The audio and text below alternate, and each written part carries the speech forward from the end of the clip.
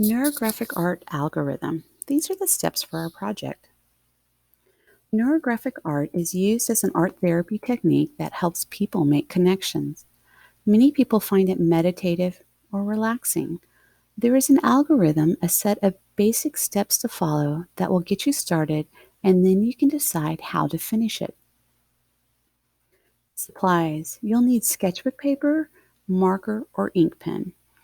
Your marker should be tested for permanence if you plan on using watercolor or any wet media. So a Sharpie would be permanent and not bleed into the colors. A Crayola marker is water soluble and would bleed into the colors, and that you probably don't want that. Optional materials would include watercolors, paints, temperas, and acrylics, colored pencils, colored markers, graphite, which is your regular old pencil, pastels, oil, or chalk pastels. If you have a digital drawing program, you're welcome to use digital media for this assignment. Neurographic art has a lot of depth to the hows and the whys about it. We are looking more at the artistic pursuit than focusing on the therapeutic side of it. There are courses in neurographic art that teach the formal aspects of it. This lesson has not been created by a formally trained teacher in neurography, but follows the principles that have been adapted to a more simplistic and meditative practice that is highly relaxing and nourishing to your creative spirit.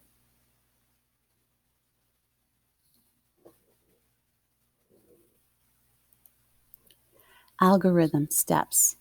So this is a whole bunch right here. I'm going to read over it and then we're going to break it down on the next slide. So just kind of listen. Use a felt tip pen to draw a long looping or crisscrossing line on your paper. If you wanted to do it the art therapy way, think of a problem or issue you're facing while you draw the line. Don't try to draw something, just let it be a line. Find any sharp corners where the lines cross, round those, fill in the gaps with inks. Add field lines that extend to the edges, then round any new corners. You can also add shapes that overlap the lines if you want to.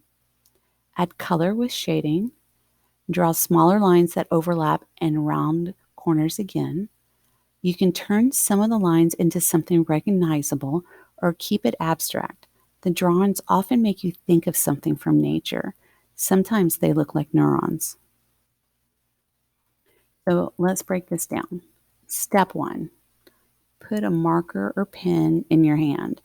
And you can start two ways. The first way is you could draw 4 to 6 shapes on your paper. They could be geometric, circles, squares, etc., or organic, which is the free form, like I like to say, beautiful blobs.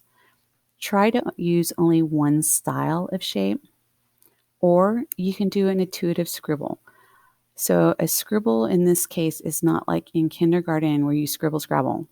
This is where you just kind of let the marker flow over the paper, connect the ends of the scribble to the edges of the paper. There is no right and wrong in this process. Step 2, begin adding the neurographic lines, and these are lines that travel across the paper.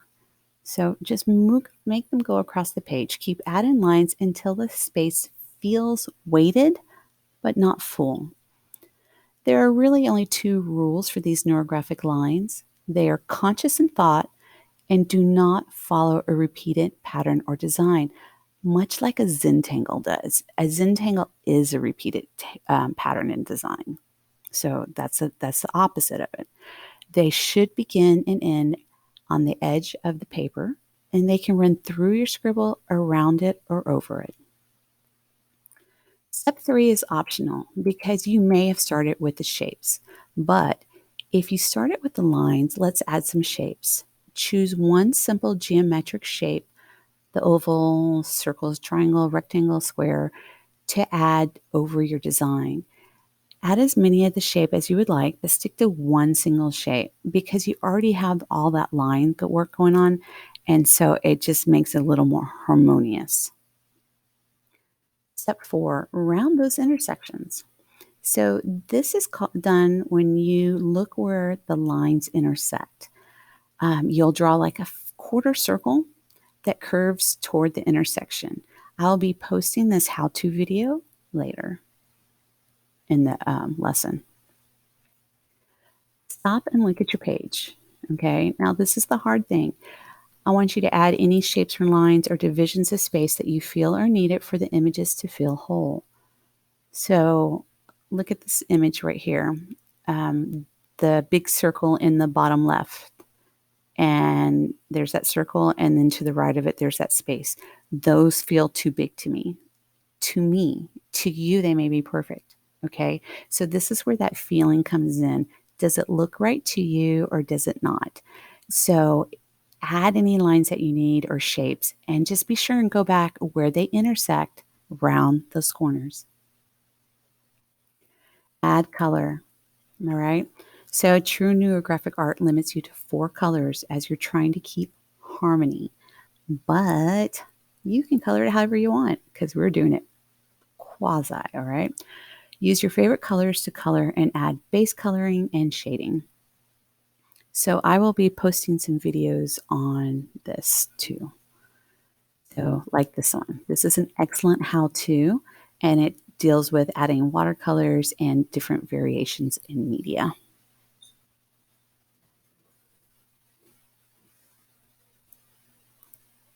So here are some examples. And look, you can see that butterfly, that monarch. They didn't go in and create that. That was added. You can also see how their marker was not water soluble. Was water soluble and bled. So that's why you want to kind of test it out. But I'm sure once they started seeing those shapes, they did add more to make it look like the butterfly. However, that was not their intent. Here's another one. This one obviously does not use 4 colors, but look how beautiful it is. This one has a simplistic color scheme, as does this one. Notice the line weight also varies through these. A lot of times when I was doing mine, I found that rounding those corners usually meant I thickened the line. But if you notice, there are no sharp edges here. Everything gets rounded off.